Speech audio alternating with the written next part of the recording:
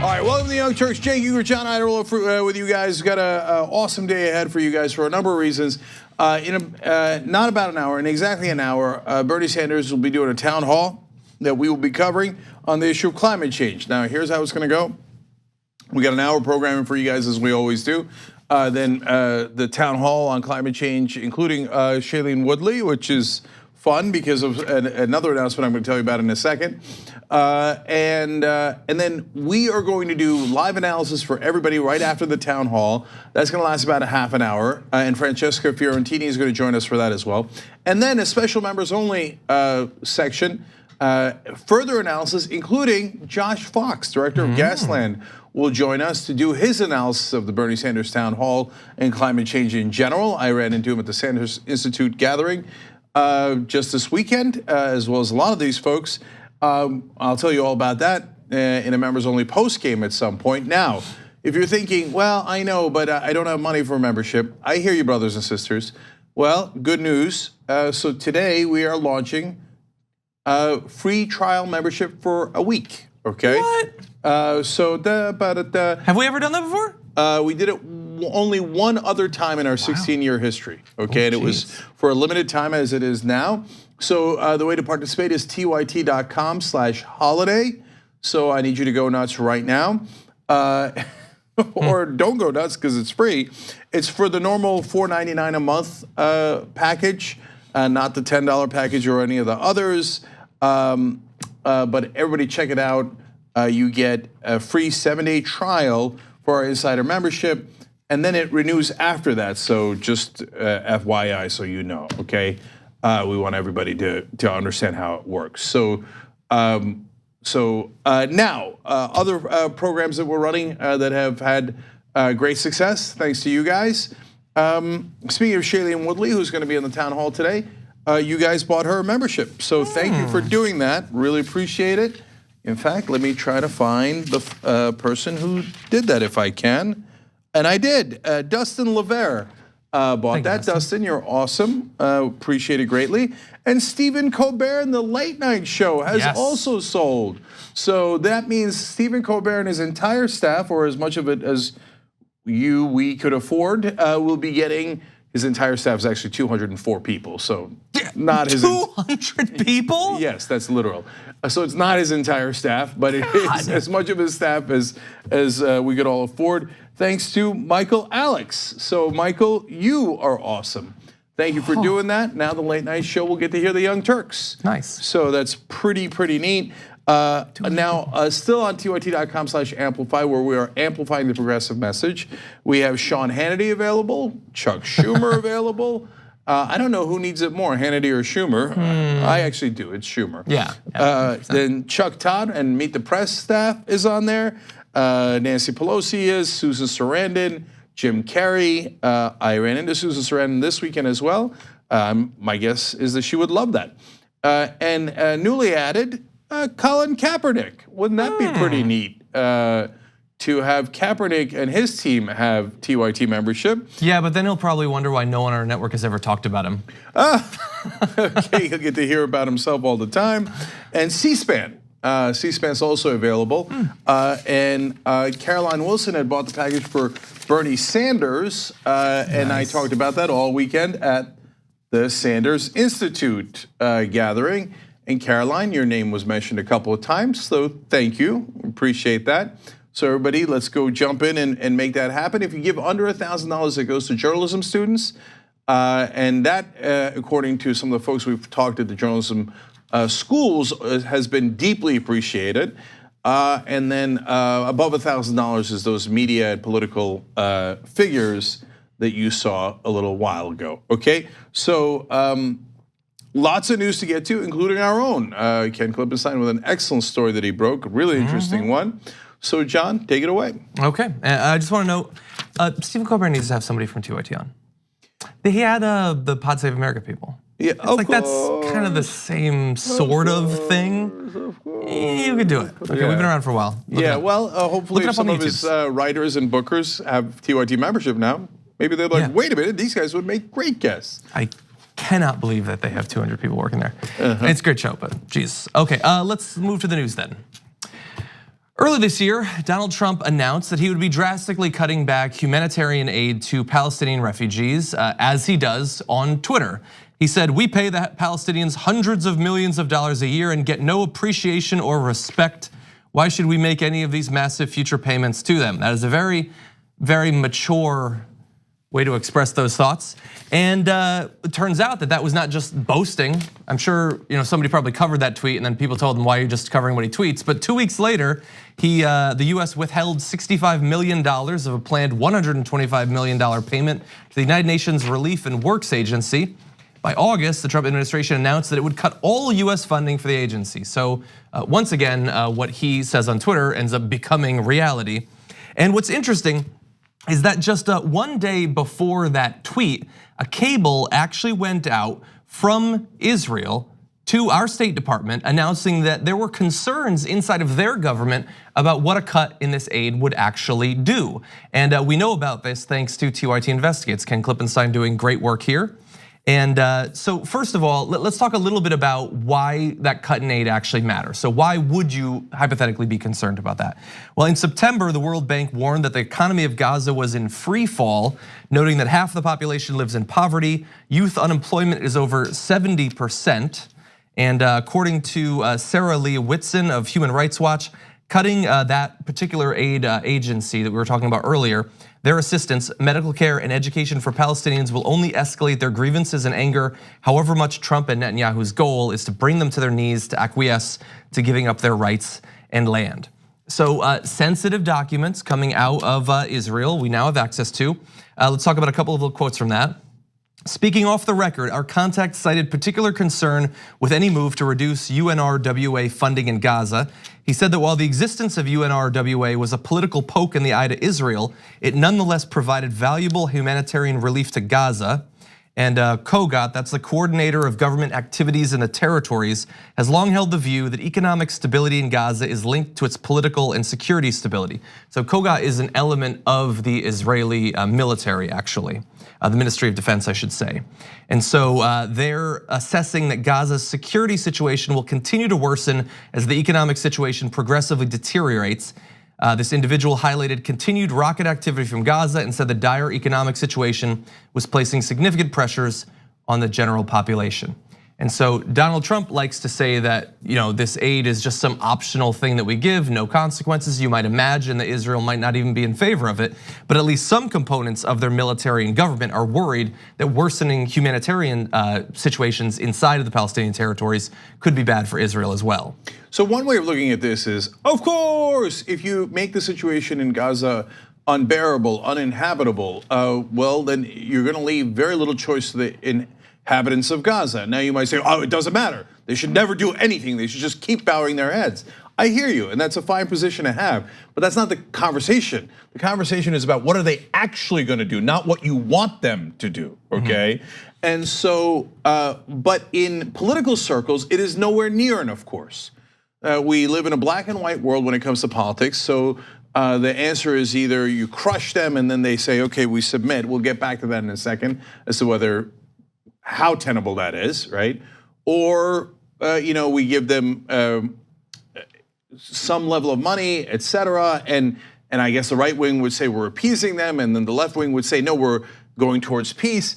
Now the reality is, even though the right-wing government of Israel under Netanyahu says, no, we don't want you to give them aid. Secretly, they're telling, and because of this, we now know, telling the US government, no, don't do that, don't do that. Don't take away the aid. Ignore what we're saying about not giving them aid. It's a poke in the eye, wink, okay? But the reality is, if you take that aid away, it's gonna make an unstable situation even more unstable, which is terrible for Israel. This is the guy talking to our embassy is from the Ministry of Defense for Israel. He's not overly concerned about the Palestinians, that's somebody else's problem. He's concerned about how it affects Israel, okay? And he's saying, it's gonna be terribly unstable, don't do that. So it's interesting on a couple of fronts. One is the different message you get behind the scenes as opposed to what you see on television, where Netanyahu and Trump come out and go, oh yeah, God damn it, don't give the Palestinians anything, why don't we give them anything for? And Trump apparently, maybe you would think to his credit, means it, goes, yeah, goddamn, what do I care about the Palestinians? Let's crush them. Meanwhile, the Israeli government's like, Okay, good theater. Okay, but let's be careful here. Yeah. And John's right, and Ken mentions this in his story.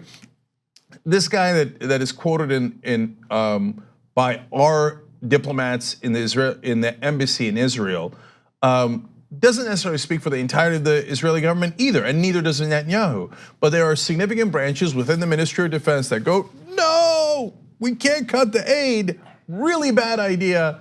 Again, not concerned about the Palestinians as much as they are for Israel, because clearly, if you're a thinking person, it is actually a complicated matrix, and there are reverberating consequences. In the black and white world of the right wing, there are never any consequences. Nothing's ever complicated. You just crush people and you move on. So finally, I want to come back to that for a second. So the idea is to make them acquiesce and submit, the Palestinians. Really? I mean, do they really think? Submit to what? I mean, they already submit to the occupation. And any effort to fight against the occupation, of course, if it's violent, is condemned by everyone, including us, obviously, right? But even if it's diplomatic effort or an economic effort, Israel screams from the rooftops, unacceptable! No, so I already know that part. But what else do you want them to submit to? Just like a one-state rule forever? Or do you want them to come out and do a public statement? Okay, everybody's broke, nobody's got jobs, we're all crushed. Okay, we submit to Netanyahu for the rest of our lives. We don't even want a state anymore. We just want to be ruled by you. Is that what they want? Is that what they're expecting? That could be. Yeah, I mean, and that is the insanity of the conversation we're having now. So now some on the left are so frustrated, they're going, yeah, goddamn right, one state solution. Let's have a democracy in the Middle East where we have a one state solution and everybody votes, the Palestinians and the Israelis. See how you like them apples. Well, the reality is for me, I never wavered from the two-state solution, and I don't like either one of those apples. I don't like the apple where the Palestinians outvote the Israelis, and I don't like it when Israel permanently occupies the Palestinians. And not only is it deeply, deeply immoral, and yes, it is immoral. And for God's sake, if you care about Israel, get them on the moral high ground, not the moral low ground, which is exactly where they are after many brutal decades of occupation of another people, right? But yes, it's crushing for the Palestinians, but it's terrible for the Israelis as well. It's got to be a two-state solution. And so I do not accept that we need to have a permanent occupation. And if you do, besides the morality of it, if you only care about Israel's security, you couldn't give a damn about any Palestinian or their lives or their kids. Okay, it turns out, it's gonna turn out terrible for Israel's security, and they know it. So thank you, Donald Trump, for making a situation worse as usual. And even if you're a right winger in America or Israel, wake up. Even the Netanyahu government knows there's only a certain limit as to how much we can crush these people before there are consequences for us. Yeah, there's a couple angles on this that I really love. Again, we have to acknowledge that this is a view from inside of the government. Obviously, it's not their public view, and it might not be the majority view. But it seems so reasonable that if you beat these people down and leave them with no jobs and no electricity in many cases, medicine's hard to come by, food is hard to come by, all of that, that's gonna be bad, like security-wise, not just economically, while you're maintaining a blockade against them and stopping people from sending in the sorts of things that would reinforce the situation and make it more stable. That is a weird thing that on the one hand, you call for other people to effectively, through aid organizations, circumvent the blockade while maintaining it and stopping them from getting into a generally better situation. At the same time, I guess there's three things. Donald Trump was the guy that was gonna come in and he was gonna fix this whole thing, right? That's what we were told. Or Jared Kushner, I guess. He's an expert on that. He went to a conference or something. People actually believe that. That's absurd. Look at what effect he's been able to have in just a limited period of time. So that's amazing. And then in terms of what we get like incensed about as a culture and what there's actually action for, Donald Trump cut the aid. God only knows, like we see this number, 65 million, it'll end up being the full 125 million will be cut. In future years, you won't have it until you get sensible government again. So what effect does that actually have on individual Palestinians? I don't know for sure, it's difficult to know, but we know it's gonna be bad for them. Is it crazy to think that it will result in deaths? That people will actually die, not have access to food, not have access to medicine, things like that? I don't think that's crazy at all. And yet, thankfully Ken found this. I hear the Daily Beast picked it up, that's great. There will be a little bit of talk about it. Think about, like proportionally, Last week, Mark Lamont Hill gave a speech. He already lost one job, and they're coming for his academic job as well. He didn't cut aid to any group. He didn't lead to people dying in the streets or anything like that. He might actually lose his position. Donald Trump, it's just something he tweeted about and we move on. Yeah. It's a ridiculous world that we live in. So on Mark Lamont Hill, what happened? I thought the right wing was in favor of free speech. Not so much. Not so much. I told you, they're liars. They never cared about free speech. They use our Constitution as a gimmick to actually make money for themselves and to fight against democracy. If they cared about free speech, they would be up in arms over what happened to Mark Lamont Hill. Instead, they are celebrating in the streets. If I was Trump, I told you there was thousands of in New Jersey celebrating after that decision, okay? Yeah, and the intellectual dark web would have said something, but it was a 3-day weekend. They just weren't there. Yeah, it's too bad, really. And by the way, I saw a tweet from Dave Rubin celebrating. What happened, Mr. Free Speech? What happened? Turns out you were a terrible, outrageous liar all along. All along. We defended Ben Shapiro being able to speak on college campuses. I defended Megyn Kelly saying she shouldn't be fired from NBC for her comments. We have been perfectly consistent, whereas they are frauds. Frauds of the highest order. And the minute they get a chance, someone disagrees with us. Get him, fire him from everything, right? And it is free speech, yes, is a governmental issue. And yes, employers can make any decision they like, as we have said consistently throughout. But it is not a decision that we support because we support the concept of a free marketplace of ideas and speech. In fact, it is progressives who fight for that and conservatives who hate the idea of a free marketplace of ideas because their ideas generally suck. They are deeply, deeply unpopular. That's why they don't like it when there are consequences usually to their actions. Okay, now, back to this. I got it, Ken Klippenstein, wonderful job. This is why we did TYT Investigates, and I want to thank every single Young Turks viewer that contributed to that campaign. Now, yes, it is being reported in other outlets now that Donald Trump has made the situation worse, and now we know it because we did research, we did our jobs, and Klippenstein went and did a Freedom of Information request and found the information from our ministry, basically our diplomats in Israel, and now you know that in fact, and this is really important to know, even Israel is concerned about their own security because of how badly the United States of America and Donald Trump is treating the Palestinians. Yeah, imagine if we had like 10 Kens. I know, that would be amazing. One thing at a time, guys. Yeah. And look, tyt.com/join. Because membership builds homo progressives, it also builds our investigative unit going forward, and that's how we make this possible. So you could actually get real opinions here based on facts, and that is disciplined and principled. Yeah. And so great job by Ken in breaking this story. Yeah, the only issue I have is that you mispronounced my name. It's not Join, it's John. tyt.com/John. Okay. Okay, let's move on. I have a feeling you're gonna love this story. We hope you're enjoying this free clip from the Young Turks. If you wanna get the whole show and more exclusive content while supporting independent media, become a member at tyt.com/join today. In the meantime, enjoy this free segment. Wisconsin voters chose the Democrat in last month's elections for both governor and attorney general, giving the Democratic Party new powers to shape the future of that state, at least hypothetically. That is if the last-ditch effort of Republicans to strip those positions of all of their authority doesn't actually go through, but the Republicans are really making a go at it. So here are some of the things that the Republicans are trying to do to get rid of the power in those positions before the Democrats can actually take those positions. Among other measures, the bill they're talking about would take away the governor's ability to approve major decisions by Attorney General-elect Josh Kaul, who ousted Republican Brad Schmel in the November midterm, granting this power to Republican lawmakers instead.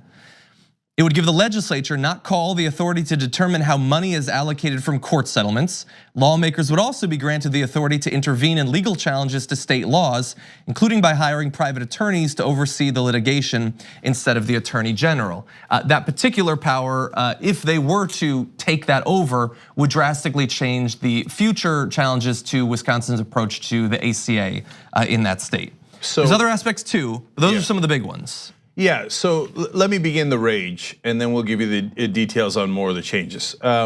So this is the Republicans, as usual, not believing in democracy and exposing their hypocrisy in one fell swoop. So they did this in North Carolina as well. They are now considering it in Michigan. Whenever they have a state where Democrats have won the governorship and other important races, but they still control the legislatures, the Republicans are going in and going, all right, strip the power right away of the governor. And now in this case, the attorney general as well. Just get rid of their power, that way we'll maintain power no matter what the people of Wisconsin voted. Who cares? Democracy. It's just a gimmick. They don't believe in it at all. And so why doesn't the press call it out? In this case, it's super obvious. There's not a single blue state that says, oh, we got a Republican governor, Phil Scott in Maryland, Larry Hogan in Maryland, okay? That's not a legislature, this is a legislature. Okay, that's right.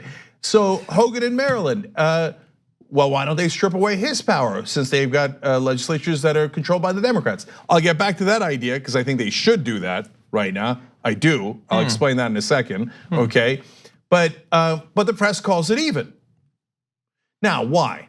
Because they're stuck in the 1990s. For some reason, Washington got stuck in a time bubble, and they still think that everything is like, oh, all politics is local. They said that was from the 1970s. Yeah, in the 1970s, there was no internet. That's why all politics was local, right? All politics is local. No, it's not. That's totally outdated. Oh, everybody's bipartisan and roots for the country over party. Now, there's good reason to say that in the past. I know it hasn't been that way for so long, especially for millennials who think, no way, when have the Republicans ever thought that? No, they did. In fact, George H.W. Bush, who passed away recently, wrote a letter to Bill Clinton, and I want to read you a part of it because I think it gives you a sense of how Washington perceives the Republican Party, because this was their past. So he wrote a letter where just to Bill Clinton and left it at the Oval Office. And remember, Bill Clinton defeated him in the election, defeated him. And he said, there will be very tough times made even more difficult by criticism you may not think is fair. I'm not a very good one to give advice, but just don't let the critics discourage you or push you off course. You will be our president, and he underlined R, when you read this note. I wish you well, I wish your family well. Your success is our country's success. I am rooting hard for you. Good luck, George H.W. Bush. See, now that is a magnanimous guy. It wasn't just a transition of power, it was a transition of power to a guy he lost to. And it was a tough campaign. And it's not like Bill Clinton was overly fair to George H.W. Bush in that campaign, but he believed in the country, Bush did, okay? And so he really did root for Bill Clinton.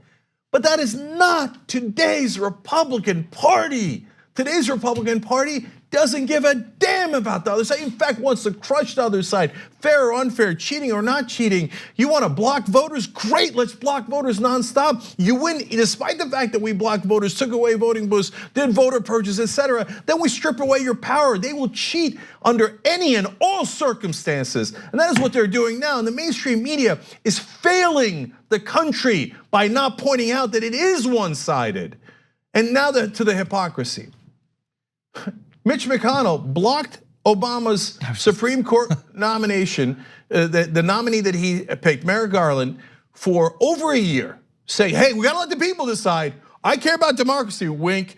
But wait, the people did decide, that's why they elected Obama as president, and he gets to make the decision. Yeah, but only twice. They only elected him twice. Yeah, he's like, no, we have to wait 14 months and let the people decide. Well, in this case, the people in Wisconsin decided they want Tony Evers as their governor. The Republicans like, we were lying. The whole time we were lying. We don't care about democracy. We don't care about the people deciding. No, we're gonna strip away the powers of the guys that you elected. That's who the Republican Party is.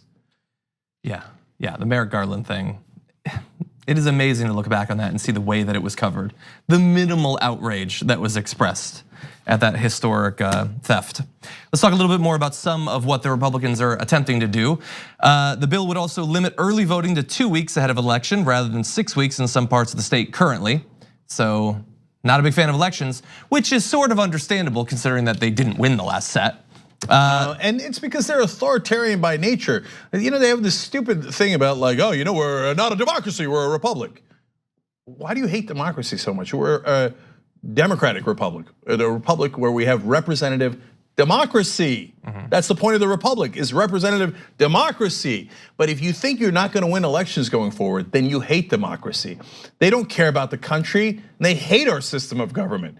All they care about is power. Yeah, well, similarly, I would say that their love for the Electoral College certainly has spiked recently. I don't know how attached they were to it a couple decades ago.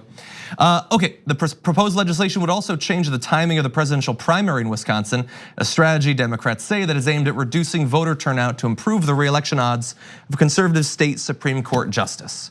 So he's gonna be up for re-election at that point. Rather than holding on an election date where there will be a lot of people voting, they wanna change it to a time when there will be less interest in the election, less likely that some challenger will be able to get out enough people to actually win that.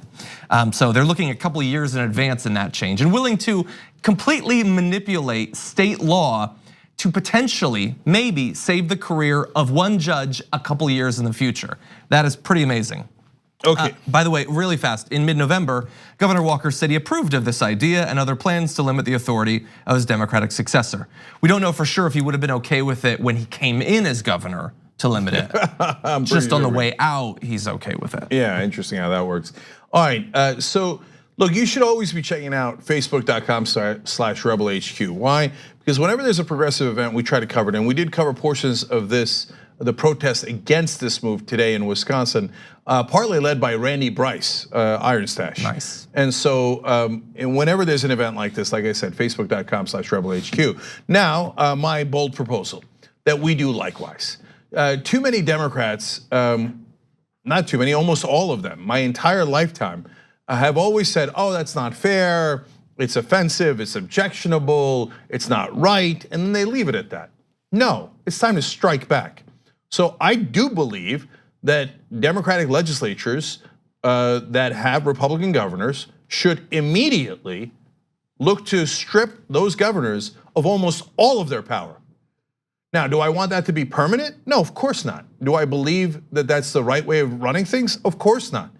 But the Republicans don't care about anything but power.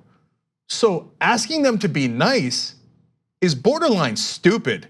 They don't care about nice. They find that laughable. So when we object to their plans, they're amused. You think we're gonna move them by asking them, by pleading with them, by saying that we're offended? No, you only move them through raw power. So in all those blue states where you have a Republican governor, you should immediately strip them of as much power as you could possibly imagine. Get rid of it all until they cry uncle. And they go, okay. Yeah, of course, we meant democracy. We meant democracy, just kidding about stripping away power in North Carolina, Wisconsin, and Michigan. Until you do likewise, they're never, ever gonna listen to you. It's gonna continue to be one-sided. The press is going to help them by calling it even and equating lies and fascism with truth and democracy. So until then, strike back. Strike back right now. Make sure that those Republican governors in the Northeast have no power at all. And then go, how you like them apples? Okay, now you wanna sit down and negotiate? And so we do this right? If not, you know what? We can go further. You like taking away voting booths? I don't know why there's any voting booths in Republican areas in California and New York. I mean, look, I'm sure there's very good reasons why they all had to be moved into blue areas of California and New York, just like they do in Republican states. Very good reasons. Strike back immediately until you break them. That's the answer. Now, will anybody do that? Of course not. Because the Democrats are soft. And the Republicans will strip away every power they can, and they don't care. One side cares about democracy, the other side doesn't. So that's why the Republicans constantly take democracy hostage, because they know we care too much about it. First break? All right. I'm revved up, as you can tell. Yes, we will take our first break. When we come back, well, man, Neil deGrasse Tyson. Oh, that's a hell of a question. And he has been charged to some degree, in a matter of speaking, accused of some sexual impropriety. I'm curious what your take on it is.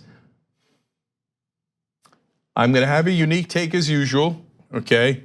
So buckle up, and then Is the Pope a good guy or a bad guy? We have some conflicting evidence. All that when we return.